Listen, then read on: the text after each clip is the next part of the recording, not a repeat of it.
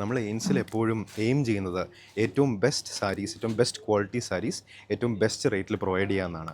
അപ്പോൾ നമ്മുടെ ഒരു സിഗ്നേച്ചർ ഐറ്റമാണ് ടസർ സാരീസ്. ഇന്ന് നമുക്ക് ടസർ സാരീസിനെ പറ്റി കുറച്ചൊന്ന് പഠിച്ചാലോ, കുറച്ച് കാര്യങ്ങൾ മനസ്സിലാക്കിയാലോ. ടസർ സാരീസ് തേടി ഇഷ്ടംപോലെ കസ്റ്റമേഴ്സ് നമ്മുടെ പല പാർട്സ് ഓഫ് കേരളയിൽ നിന്ന് തന്നെ നമ്മുടെ സ്റ്റോറിലേക്ക് വരാറുണ്ട്.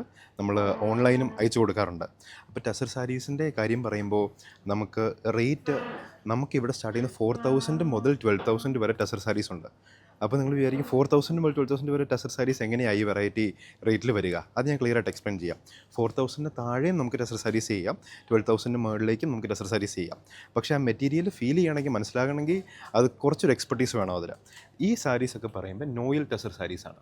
ഇതിൻ്റെ റേറ്റ് വരുന്നത് 4,600, 4,600 റേറ്റാണ് വരുന്നത്. ഇതും നോയിൽ ടസർ തന്നെയാണ്, പക്ഷേ 5,800 റേറ്റാണ് വരുന്നത്. എന്തുകൊണ്ട് ഈ വ്യത്യാസം? നോയിൽ ടസർ എന്ന് പറയുമ്പോൾ ഒരു കോമ്പിനേഷനാണ്. ഈ സ്റ്റിച്ച് ചെയ്യുന്ന രീതിയിൽ കോമ്പിനേഷനിൽ വരുന്ന വ്യത്യാസമാണ്. ഒരു വെഫ്റ്റ് പോകുമ്പോൾ അത് ഡേസി ടസറും, പിന്നെ വീവ് പോകുമ്പോൾ അത് നോയൽ ടസർ എന്ന് പറയുമ്പോൾ മൾബറി സിൽക്കുമാണ് വരുന്നത്. മൾബറി സിൽക്കിൻ്റെയും ഈ ഡേസി ടസറിൻ്റെ കോമ്പിനേഷനാണ്. അപ്പോൾ മൾബറി സിൽക്ക് കൂടുതൽ വരുന്നു, ഡേസി ടസർ പ്യുവർ ത്രെഡ് കുറവ് വരുമ്പോൾ കുറച്ചും കൂടെ റേറ്റ്സ് കുറയും.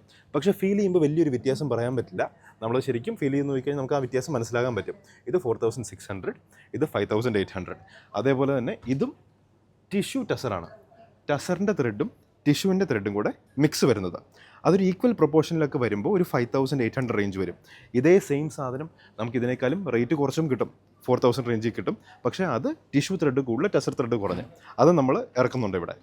പിന്നെ വരുന്നത് ഇതൊക്കെയെന്ന് പറഞ്ഞാൽ നമുക്ക് വരുന്ന ഒരു റേറ്റ് 7,900 റേറ്റൊക്കെ വരും, 7,500 റേറ്റ് വരും. ഈ കാണുന്നത് 7,000 റേഞ്ച് വരും. 7,000 റേഞ്ച് വരുമ്പോൾ പ്യുവർ ഡേസി ടസർ ത്രെഡ് തന്നെയായിരിക്കും. പക്ഷേ അത് പവർ ലൂമിലായിരിക്കും വരിക, ഹാൻഡ്ലൂം ആയിരിക്കില്ല. ഈ വന്നേക്കുന്ന അതേ ഡേസി ടസർ ത്രെഡിൽ തന്നെയാണ്.